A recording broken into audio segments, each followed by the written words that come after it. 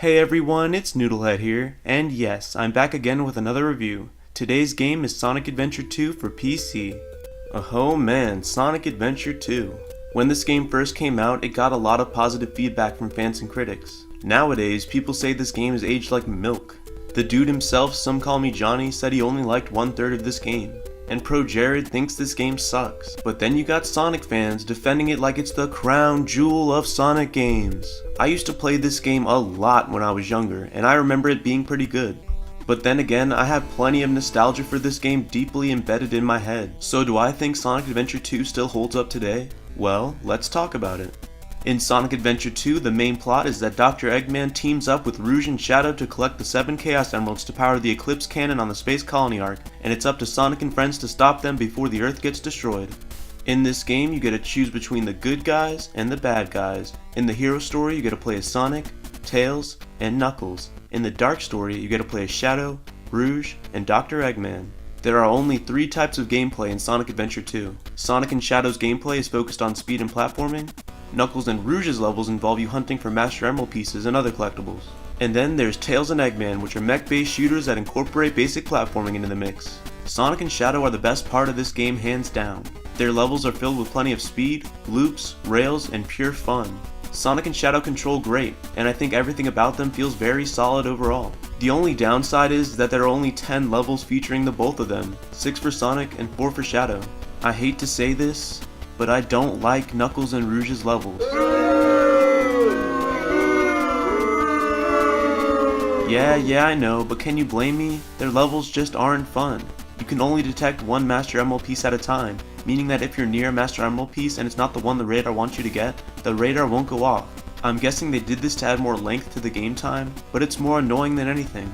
Combined with large levels, it makes playing with them feel like one big chore. Tails and Eggman aren't too bad. Like I said earlier, their levels involve you shooting and performing basic platforming. The only problem I have with them is that they feel really slow and it can make platforming difficult, especially with enemies popping out of nowhere resulting in cheap hits or even death in some cases. As far as level design goes, I think Sonic Team USA did a good job in making some really fun levels. I think City Escape is really well designed, and same goes with Skyrail. The only levels that I really despised were Tails' Hidden Base level and Rouge's Mad Space. They're both equally frustrating and are the opposite of fun. When it comes to graphics, I think the game looks very good. Sonic and Friends look great model-wise, the textures and environments are nice and detailed. Considering the time this was first released, the game is great looking. Music-wise, this game has a lot of variety in its soundtrack. Every character has a different genre of music representing them, such as Sonic having rock music, Knuckles having rap, and Rouge having jazz. It's a very unique touch, and I feel like it adds a lot to the game's overall charm. You might have Flap and the rich lady under your spell, but it's gonna take more than that to impress me. This is literally the best part of this game. Chow World is the greatest. You get to take care of these incredibly adorable creatures called Chows. You get to put them through races, take them to kindergarten so they can learn new skills. You get to feed them and even see them evolve.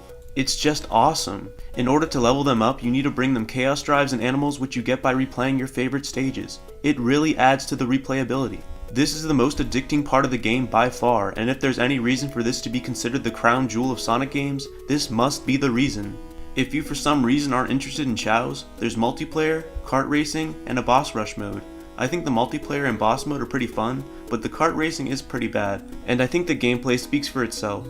For the most part, I think Sonic Adventure 2 is a pretty decent game.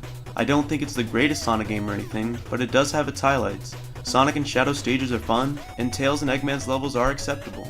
Again, I just can't stand Knuckles and Rouge's levels. They're just one big mess of bad game design. The main part of the game that keeps me coming back is the Chow mode, and I don't think that's a bad thing. I think this game holds up for the most part, and I'd recommend the game just based on the Chow Garden alone. Overall, I'd have to give this game 3.5 noodles out of 5.